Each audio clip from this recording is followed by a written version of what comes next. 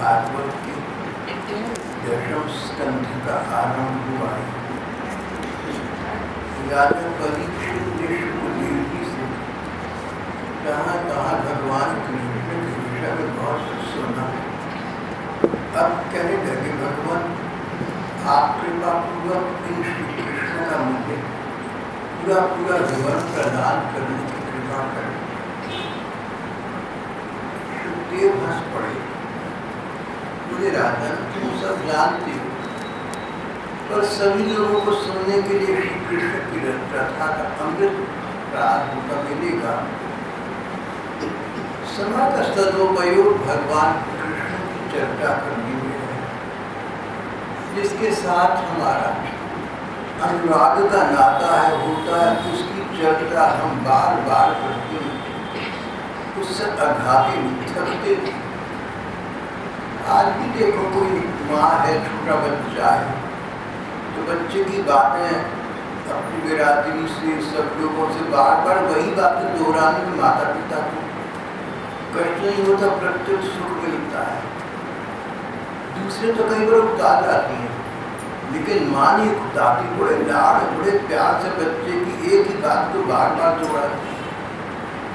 जहाँ भी लगाव है हमारा, वहाँ हम अपने प्रेमास्पद जिसके साथ हमारा लगाव है उसकी चर्चा करते सुनते रहते। ये मनुष्य का स्वभाव है। परीक्षित को भगवान कृष्ण के प्रति अनुराग का भाव था, इसलिए कृष्ण कथा बार बार दोहराओ, उन्हें अच्छी लगती थी। शुकदेव कहने लगे, परीक्षित तुम्हारी श्री कृष्ण के विषय में नैष्ठिकी रखी है, सहज प्यार है, प्रीति है। तुम उन्हीं कृष्ण कथाओं को बार बार श्रवण करना चाहते हो, जिसके साथ प्रेम होता है, उसकी बात करना, उसकी बात सुनना हमें अच्छा लगता है। तुम्हें श्री कृष्ण से अनुराग है, इसलिए तुम उनकी कथा बार बार कहना चाहते हो, सुनना चाहते हो, सुनाना चाहते हो। स्वाभाविक है, मैं तुम्हें श्री कृष्ण की कथा का वर्णन करूँगा। कृष्ण अपने धाम में, अपने नित्य धाम में, अपने निज स्थान में आनंद पूर्वक निवास करते हैं। फिर भला उन्हें इस पृथ्वी पर अवतार लेकर क्यों आना पड़ा? उनके जन्म की लीला कैसे संपन्न हुई और 125 वर्ष के बाद उन प्रभु ने अपनी लीला का अवसान कैसे कर दिया? ये पूरी बात मैं तुम्हें सुनाऊंगा। परीक्षित, बहुत पुरानी बात है। इस संसार में बुरे लोगों की बहुत वृद्धि हो गई, दुष्ट दुर्जन पापी, दूसरा का भाग छीनने वाली, दूसरा की धन संपत्ति को अपने अधिकार करने वाले, अधिकार में लेने वाले, अपने स्वार्थ के लिए दूसरों की हत्या तक करने कराने वाले, छिप कर गलत और बुरे काम करने वाले, ये सब राक्षस थे। लोगों को इन सब की रक्षा करनी पड़ती थी, इनके संपर्क में आना नहीं चाहता। ये राक्षस थे, दैत्य थे, दुर्जन थे, और विचित्र बात, दूसरों को धोखा देने के लिए मनुष्य अच्छे धारण कर लेता है। इन दुष्टों ने, इन दैत्यों ने, इन राक्षसों ने अपनी माया शक्ति से राजाओं के रूप में इस पृथ्वी पर अपना आधिपत्य स्थापित कर दिया। लाखों राक्षस थे, इन्होंने घमंडी राजाओं को धारण कर लिया और इस पृथ्वी पर पाप बहुत बढ़ गए, बुरी बातें बढ़ गई, बुरी बातें, झूठ बोलना, स्वार्थ, दूसरा का भाग ले लेना, हिंसा करना, बुरी बातें बहुत बढ़ गई। परिणाम ये हुआ कि पृथ्वी देवी ने देखा, पृथ्वी की देवी हमारी भारतीय संस्कृति में जितने पदार्थ आपको दिखाई देते हैं या कहीं दूर नहीं दिखाई देते, सब भौतिक पदार्थों कोई ना कोई देवी या देवता प्रभारी होता है। जैसे सभ्य राष्ट्रों में, सभ्य देशों में देश के हर भाग का कोई ना कोई मंत्री होता है। कोई सिंचाई का मंत्री है, कोई बिजली का मंत्री है, कोई पानी का।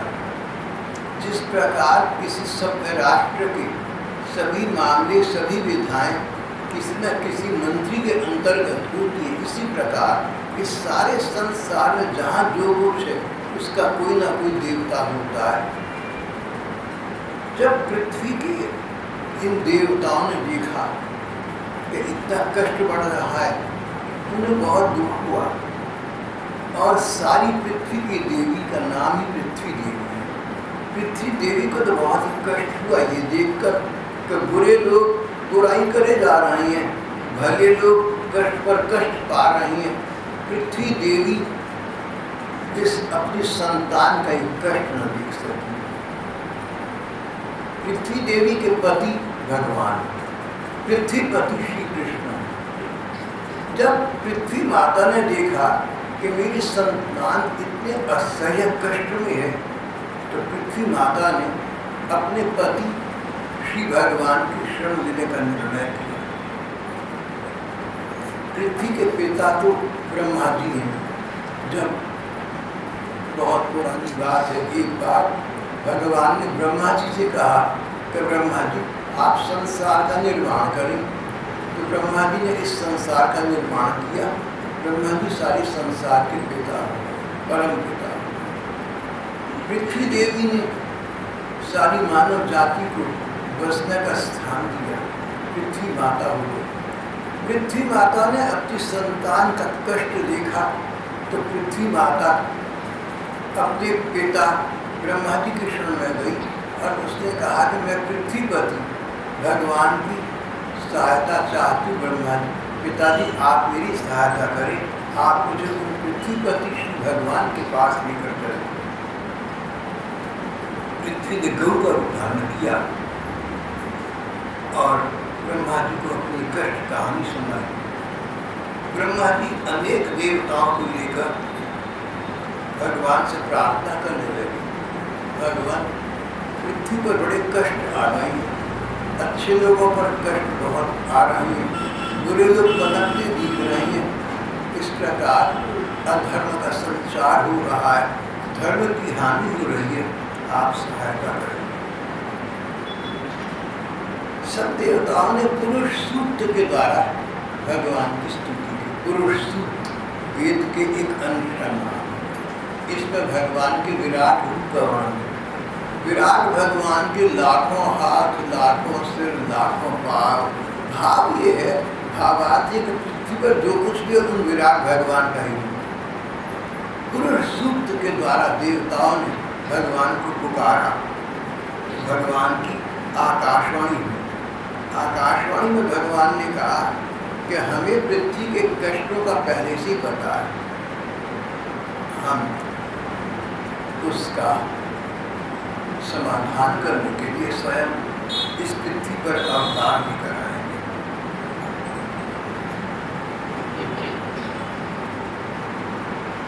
भगवान मथुरा में, भारतवर्ष में मथुरा में भगवान ने कहा वे वसुदेव जी के घर प्रकट हुए। सब देवी देवता वे भी अनेक अनेक रूप धारण करके पृथ्वी पर प्रकट हो भगवान की सेवा सहायता करें। अग्रतो भविता देवो हरि प्रिय विषया। भगवान के प्रिय कार्य करने के लिए उनसे भी पहले भगवान के बड़े भाई के रूप में अनंत भगवान अवतार ग्रहण करेंगे। बलराम जी के रूप में भगवान प्रकट होंगे। ये शेष नाग होंगे, इन्हें अनंत कहते हैं। अनंत इसलिए कि जब संसार का अंत हो जाता है तो प्रलय हो जाती है, जल में भगवान शयन करते हैं। शयन करते हैं शेषनाग की शैया पर। तो शेषनाग अनंत है, तभी उनकी शैया पर भगवान शयन कर पाते हैं। वे अनंत भगवान, अनंत श्री भगवान के साथ शेषनाग अनंत है, उनके की शैया पर भगवान विश्राम करते हैं। तो शेषनाग बलराम जी के रूप में और साक्षात भगवान श्री कृष्ण के रूप में वसुदेव जी के घर मथुरा में जन्म लेने की लीला करेंगे और पृथ्वी के कष्ट को दूर करेंगे।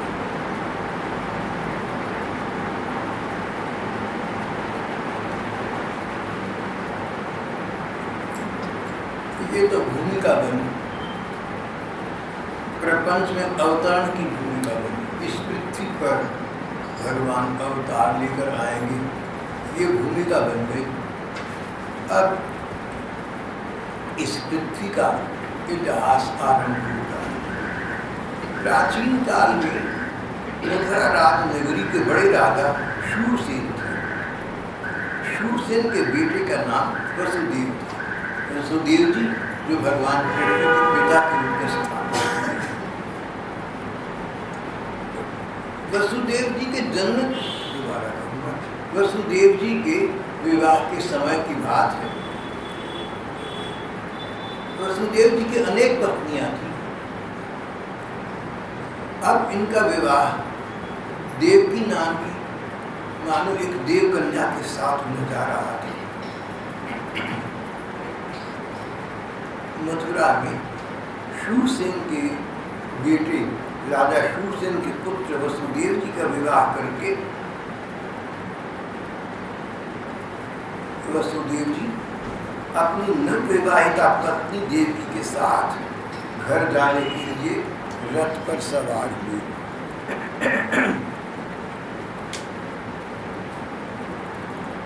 देवकी नाम की एक परम सुंदर देवकन्या, मानो कोई देवी हो, पार्वती जी और लक्ष्मी जी से सौंदर्य की स्वामी देवकी का विवाह हो चुका। देवकी के पिता के भाई की लड़की, देवकी के पिता के भाई का लड़का, इसका नाम था कंस। कंस था तो बड़ा दुष्ट, पर देवकी के प्रति उसकी बहुत सी भावना थी। बुरे बुरे लोगों को भी कहीं कहीं सच्चा अच्छा प्यार होता है। अब कितना होता है, कब तक रहता है, इसका निर्णय तो समय कर सकता है। पर कई जगह दुर्जनों दुष्टों को भी किसी के साथ स्नेह का भाव रखे देखा जाता है। अच्छे लोगों में कहीं कोई कमी आ जाती है और बुरे लोगों में कहीं कोई अच्छाई नहीं होती। देवकी के पिता के भाई उग्रसेन का लड़का था कंस। ये बात सारे देश में विख्यात थी। उग्रसेन बहुत अच्छे व्यक्ति थे, समाज में उन्हें सम्मान का स्थान प्राप्त था, गुणशील व्यक्ति थे, दूसरों का कष्ट अपने पर लेने वाले थे और भगवान के बड़े भक्त थे। उन उग्रसेन का लड़का कंस कुख्यात था, बदनाम था, चरित्र नहीं था, स्वभाव अच्छा नहीं था, हिंसा प्रधान वृत्ति थी। कंस केवल स्वार्थ की सिद्धि के सिद्धांत जानता था। अपने स्वार्थ को साधने के लिए कंस अपने बड़ों का अपमान कर सकता था, कोई भी बुराई कर सकता था। बुराई करते करते बुराई करने की ओर से निर्लज्ज हो चुका था। कंस में इस प्रकार के दुर्गुण थे। कईयों ने कहा कि देखो कहा तो उग्रसेन जैसा भला व्यक्ति और कहा उन्हीं का पुत्र इतना दुष्ट निकला। सबके सामने तो कोई ऐसी बातें कर नहीं सकता था, पर घर में आपस में मिलकर परिवारों के सदस्य और मित्रगण ऐसी चर्चा किया करते। पर कहीं कहीं कोई लोग कोई बारीकी की बात, कंस इस प्रकार का दुष्ट पुत्र कैसे उत्पन्न हुआ, इसकी बारीकी को भी जानते। ये तो ठीक है कि कई बार भले लोगों की बुरी संतान हो जाती है, बुरे लोगों की अच्छी संतान हो जाती है, संतान तो बिल्कुल ठीक है। पर कंस की स्थिति में एक दूसरी गहरी बात भी थी। कंस किसी दुष्ट राक्षस का पुत्र था, पर किसी स्थिति में ऐसा मान लिया गया कि ये उग्रसेन का पुत्र है। स्वयं उग्रसेन को भी ये पता न था, पिता उग्रसेन को भी ये पता न था कि जो मेरा बेटा कंस कहलाता है, इसका जन्मदाता पिता तो कोई दैत्य है, कोई दूसरा है। जैसे दैत्य का पुत्र था कंस, राक्षस का बेटा था, वैसा राक्षस स्वभाव था, राक्षस स्वभाव था, दुष्ट था, दुर्जन था, दुष्टमित्र था, सब बुराइयां थी, पर एक अच्छाई भी थी। अपनी बहन, अपनी नजदीकी बहन देवकी के साथ उसका प्यार करना था। अपनी बच्ची बेटी की तरह देवकी को समझता था, उसको लाड़ लगाता था, उसकी छोटी सी खुशी के लिए कुछ भी करने को तैयार रहता था।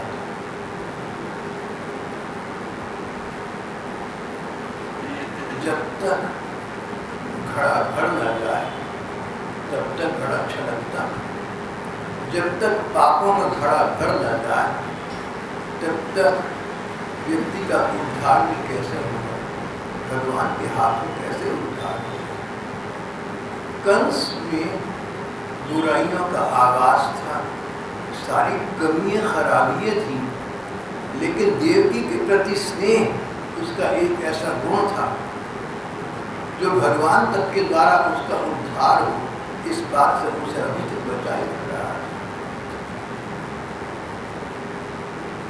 ऐसी स्थिति होनी होती है, ऐसा भगवान का विधान होना होता है, वैसे गानक बनते जाते हैं, वैसे हालात बनते जाते हैं, वैसी परिस्थिति बनती जाती है।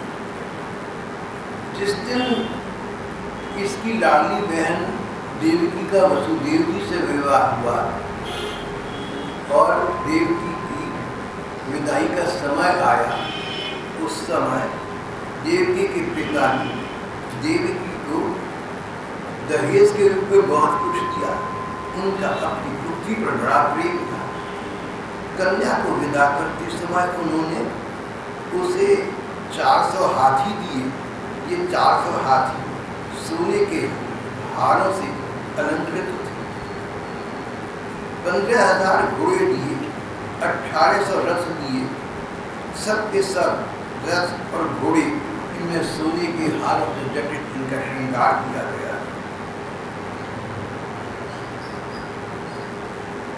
विदाई के समय वर वधू की मंगल कामना से एक ही साथ बाजे बजने लगे। कंस के पास सेवक की संख्या अनंत थी, पर बहन लाडली का विदा का समय था। कंस को बहना जा रही है, मन में प्यार उत्पन्न हुआ। उसने सेवक को एक तरफ हटा दिया, बोला अपनी लाडली देवी या अपनी लाडली देवी की बहन देवती थी, उसको बेटी की तरह मानता था। कहने लगा इसके रथ को मैं हाँकूंगा, इसके घोड़ों की रास को मैं पकड़ कर रथ को हाँकूंगा। सेवकों को एक ओर कर दिया। देवकी वसुदेव का रथ हाँकने के लिए कंस रथ पर आरूढ़ हुआ। जिस समय गुरु की रास पकड़कर कंस रथ हाँक रहा था, उस समय एक वाणी श्रवण गुजर हुई।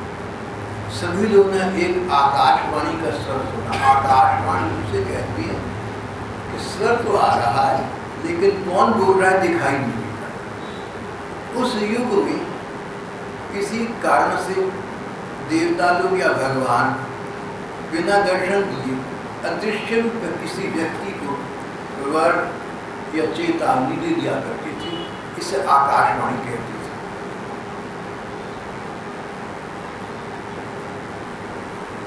उसी के नाम पर आजकल रेडियो को भी सरकार आकाशवाणी का नाम दी। मार्ग में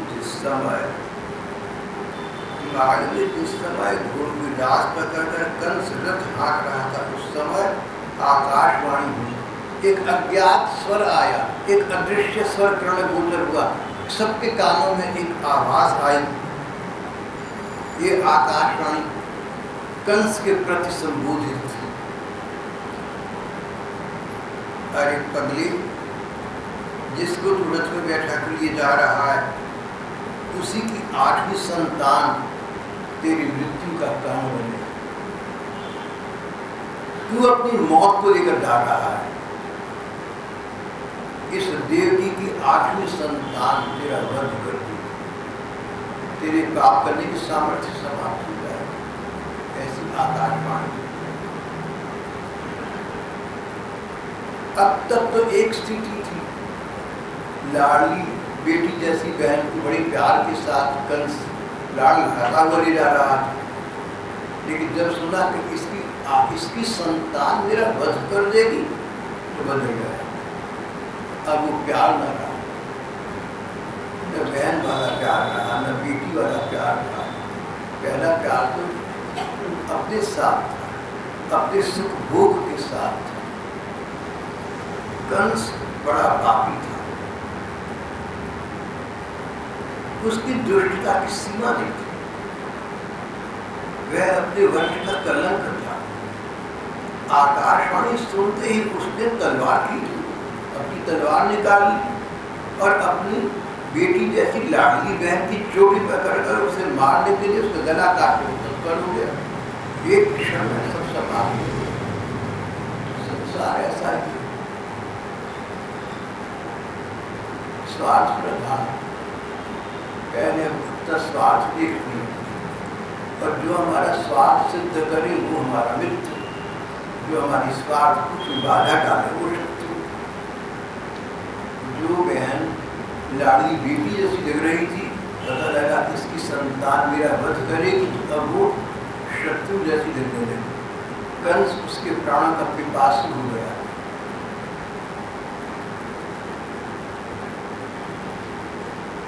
कंस बहुत क्रूर था।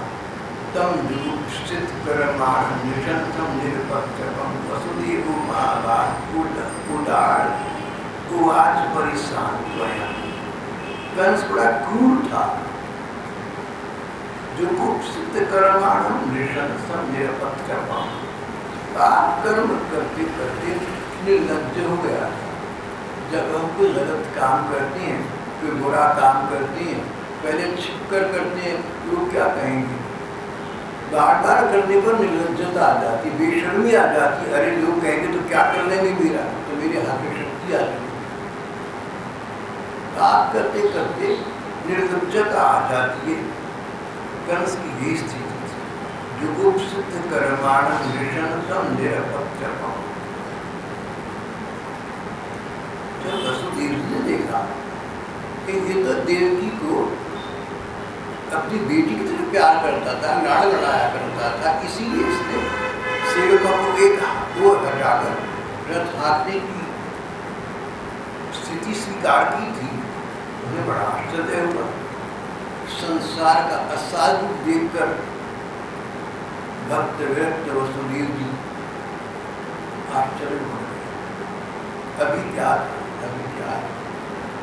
एक क्षण में व्यक्ति का मन बदल जाता है। वसुदेव महाभाग उवाच परिशान स्वयं। कुकर्म करने को उद्यत हुए कंस को देखकर वसुदेव जी उसको शांत कर रहे। वसुदेव जी समझदार व्यक्ति थे, जोश में भरकर जल्दबाजी में कोई काम नहीं करते थे। कोई निर्णय लेना हो सोच समझ कर लेते थे। कोई स्थिति इस प्रकार की कठिन स्थिति आ जाए तो विवेक से काम लेते थे, विचार करते थे, निर्णय शीघ्र लेते थे, पर जल्दबाजी नहीं। जल्दी करना अच्छी बात है, पर जल्दबाजी करना अच्छी बात है। वसुदेव जी ने देखा कि तो अपनी गुड़िया बेटी जैसी बहन को मारने के लिए, गर्दन काटने के लिए तलवार निकाल कर खड़ा हो गया है। इसको लोग लाज नहीं है, इसके मन में दया नहीं है, किसी का लिहाज नहीं है। सोचा कि अगर मैं इसको कुछ बुरा भला कहूँगा तो बात बढ़ेगी। क्रोधी से क्रोध करना व्यर्थ है, स्वार्थी से तर्क करना व्यर्थ है। अब जैसे कैसे समझा सको तो समझाने का प्रयत्न करो। साम दान भय भेद दंड नीति के 5 अंग जैसे किसी को समझा सके, जैसे स्थिति को शांत कर सके, वैसा व्यक्ति को स्थिति के अनुसार प्रयत्न करना चाहिए। वसुदेव जी ने पहले शांत नीति का अर्थ शांत समझाना, शांति रखना, शांत भाव से किसी से व्यर्थ, शांत भाव से किसी को तर्क से समझाना, युक्ति देना, भैया ये उचित नहीं, ऐसा करेगा तो तेरा नुकसान हो जाएगा। शांत नीति से वसुदेव जी ने कंस को समझाया। बोले राजकुमार, आप तो अपने वंश का नाम उन्नत करने वाली हैं, भला आप इस प्रकार का अप्रिय कार्य कैसे कर सकते हैं? देव की कन्या है, किसी कन्या के वध का विधान तो कहीं भी नहीं। नारी वध का विधान तो किसी सभ्य समाज में कहीं होता ही नहीं। और ये तो आपकी बहन और बेटी जैसी बहन, इसका वध करना तो आपको बिल्कुल शोभा नहीं देगा। जिन वर वधू का अभी विवाह हुआ हो उनके प्रति शुभकामना देना शत्रुओं का भी कर्तव्य और अधिकार। तुम तो इसके हितैषी। नव वर वधू को तो भगवान का रूप माना गया है, उनको देने का अधिकार है केवल आशीर्वाद, उनके भविष्य के उज्जवल शुभकामनाएं। तुम इस शास्त्र वाक्य की भी निंदा करता है। एक तो स्त्री आपकी लाडली बहन, विवाह का शुभ अवसर, ऐसी स्थिति में इसका गला काटना, गला क्या आपको शोभा देता है? राजकुमार, आप जल्दबाजी में कोई निर्णय न करें। 8वीं संतान आपका वध करेगी। अरे कब करेगी देखा जाएगा। 8वीं संतान क्या आज हो जाएगी या अभी हो जाएगी? आप समय की प्रतीक्षा करें, आगे देखिए क्या होता है। जब तक 8वीं संतान हो तब तक के समय अवधि में, तब तक के कालखंड में न जाने कार्यक्रम कितनी करवटें बदलेगा। आप उसकी प्रतीक्षा करें, आप उसकी प्रतीक्षा करें। आप इस पर, आप इसका वध करने की बात कभी न करें। चलो सराहना परक बात, प्रशंसात्मक बात, और कंस ने तलवार को थाम दिया, रोक लिया, तो वसुदेव जी ने जैसे कहा।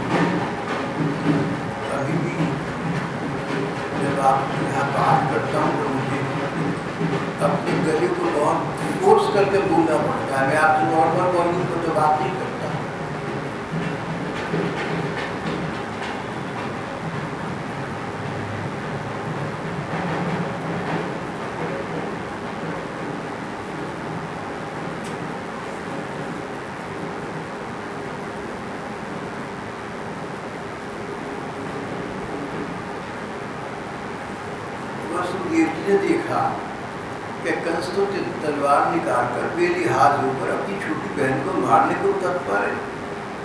बोली ये स्थिति आपके लिए ठीक नहीं, समझा।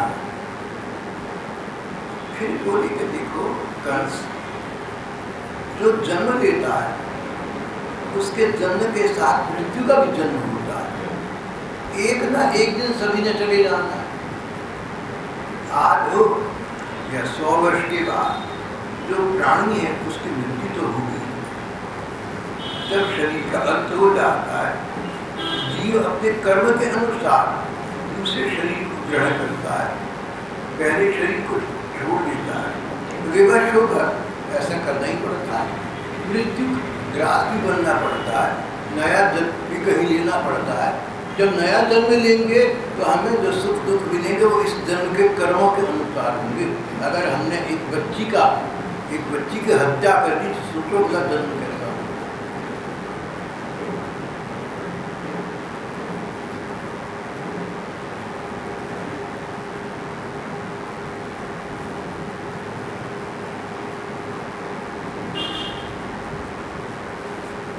राजकुमार अपनी बेटी जैसी अपनी छोटी बहन का वध करना आपको शोभा नहीं देता। ये तो बहुत बच्ची है, दीन है। इसका विवाह अभी अभी हुआ है। विवाह के मंगल चिन्ह भी इसके शरीर पर उतरे नहीं। ऐसी दशा में आप जैसे व्यक्ति के लिए इस बेचारी का वध करना नितांत अनुचित है। इस प्रकार वसुदेव जी ने सामनीति से यानी प्रशंसा करके तर्क के द्वारा कंस को समझाना चाहा। बहुत समझाया, पर वह क्रूर राक्षसों का अनुयायी हो रहा था। उसने अपने घोर संकल्प को देवकी के मारने के इरादे को नहीं छोड़ा। वसुदेव जी ने कंस का विकट हठ देखा, सोचा अब ये समय समझाने का, तर्क से युक्ति से बात करने का नहीं है। अब तो जैसे भी ये वध से निवृत्त हो जाए वैसा करना चाहिए।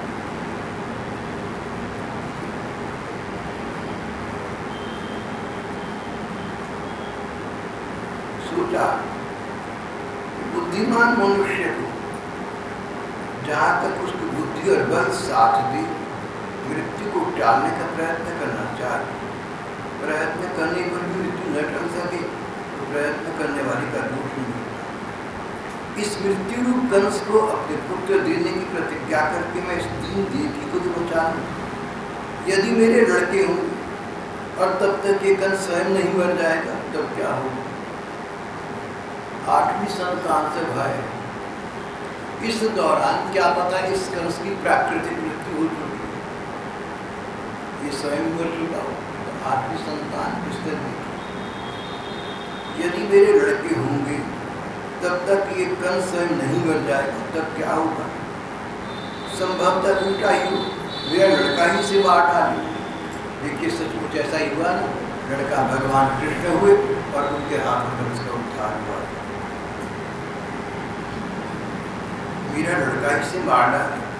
विधाता के विधान का पार पाना बड़ा कठिन है। मृत्यु सामने आकर भी टल जाती है, टली हुई मृत्यु लौट आती है। जिस समय वन में आग लगती है उस समय कौन सी लकड़ी जले कौन सी न जले, दूर की जल जाए पास की बच रहे, इन सब बातों को कौन जानता है।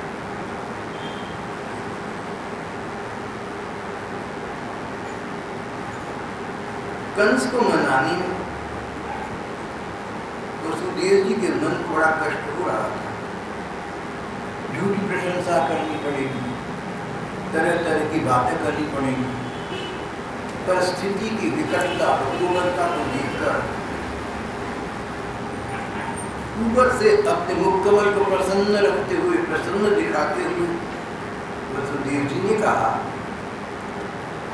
सौम्य सौम्य शांत चेहरे वाले, शक्ल से भले आदमी, भोले भले दिखने वाले।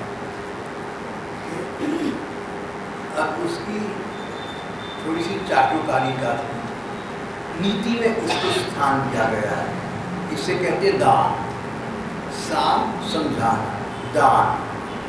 अगर दुष्टता से निवृत्त हो सके तो भली उसकी प्रशंसा कर दूं या उसको कोई कंसेशन को रियायत दे दूं। वसुदेव जी ने अब दान की नीति का आश्रय लिया। बोले स्वामी, आपको देवकी से तो कोई भय है नहीं, भय है तो इसके पुत्रों से, इसके पुत्र मैं आपको लाकर सौंप दूंगा। आप भला देवकी को क्यों मारना चाहते? देवकी से तो आपके प्राण को कोई खतरा नहीं है। खतरा है इसके संतान से, जो संतान होती जाएगी मैं आपको लाकर देता जाऊंगा। आप संतान का वध कर देना, देवकी का वध करने की तो आवश्यकता नहीं।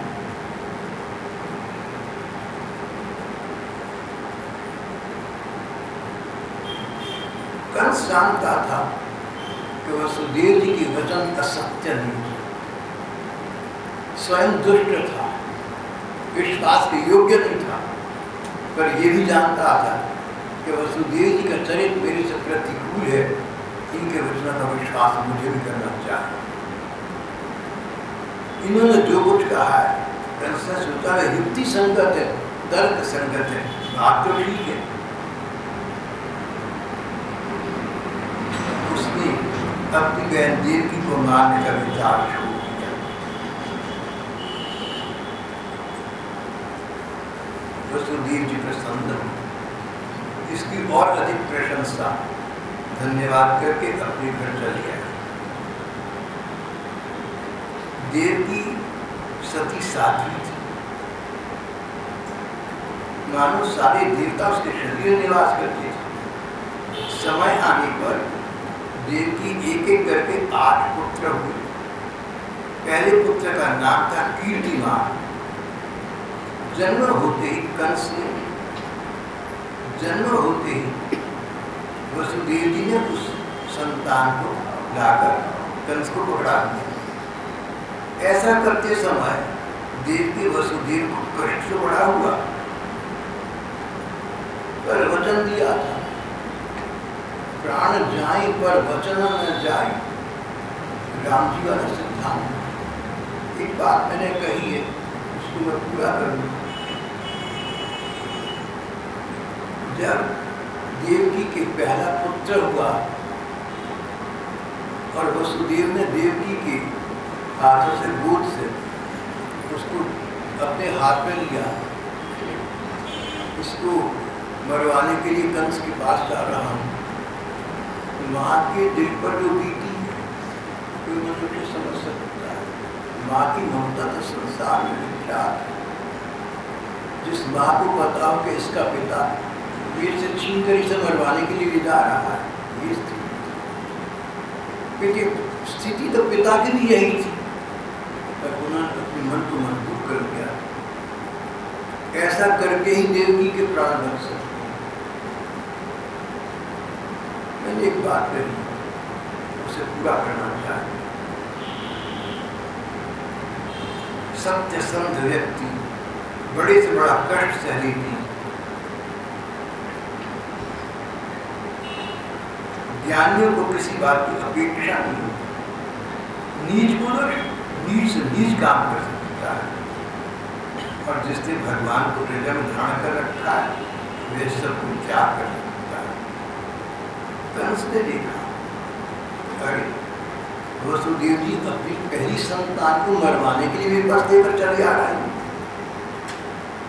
उसको यही बात ध्यान आई जो महात्माओं ने महापुरुष के विषय में कही गई, किम दुस्साम न साधुना, सत्य संध पुरुषों के लिए क्या असंभव, क्या करना असंभव है। विदुषाम किम अपेक्षितम, किम कार्यम तदर्याणाम, दुष्जनम किम कृतात्मना। सत्य संध पुरुष बड़ी से बड़ा कष्ट से, ज्ञानियों को किसी बात की अपेक्षा नहीं होती। नीच लोग नीच से नीच काम कर सकते हैं, और जिन्होंने भगवान को हृदय में धारण कर रखा है वे सब कुछ त्याग कर सकते हैं। जब कंस ने देखा कि वसुदेव जी का अपने पुत्र के जीवन और मृत्यु में समान भाव है तो हंस पड़ा। बोला वसुदेव जी इस नन्ही से बच्चे को आप दे जाइए, मुझे से कोई भय नहीं है, 8वें से भय है, 8वां से दीजिएगा, ये आप वापस ले जाए। वसुदेव जी का ठीक है और उस बालक को लेकर लौट आई, परंतु मुझे मालूम था कि कंस बड़ा दुष्ट है, उसका मन उसके हाथ में नहीं है, मैं इसकी शिक्षा बदल सकता, इसलिए उन्होंने उसकी बात पर विश्वास नहीं किया। दुष्ट की बात पर विश्वास न करना, क्षणे दुष्टम क्षणे दुष्टम दुष्टम दुष्टम क्षणे क्षणे। दुर्जन दुष्ट व्यक्ति अभी तो प्रसन्न हो गया और अभी क्रोध में आ गया, कब क्रुद्ध हो जाए, कब क्रोध कर बैठे और क्रोधता में नीचा से नीचा का काम कर, और कब किससे प्रसन्न हो जाए, दुष्ट व्यक्ति के मनोवृत्ति का, उसके मूल का विश्वास करते। क्षणे दुष्टम क्षणे दुष्टम दुष्टम दुष्टम क्षणे क्षणे। पर यदि कंस से ऐसा कहे तो स्थिति और बिगड़ेगी, इसलिए स्थिति को सामने रखते हुए, हालात की नजाकत को देखते हुए कंस ने यद्यपि मन से स्थिति की विषमता को देखते हुए वसुदेव जी ने यद्यपि कंस की बात का मन में विश्वास नहीं किया, खुश नहीं हो गए कि मेरा बेटा बच गया, जानते थे अभी क्या पता इसका मन में बदल गया, लेकिन ऊपर से कोई उत्तर न दिया, कंस की बात का आज्ञा का पालन किया। अगर कुछ कहेंगे तो कंस बिगड़ उठेगा, चुप रहे।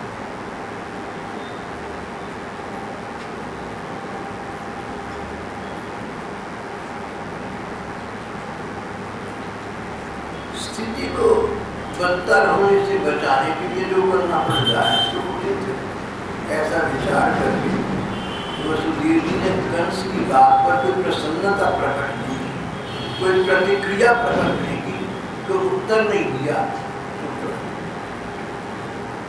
बाद में हम देखते हैं कि वसुदेव जी की बात ठीक है, उस बच्चे को कंस ने मंगवा कर मार को डाला। पूरा प्रसंग हम करेंगे।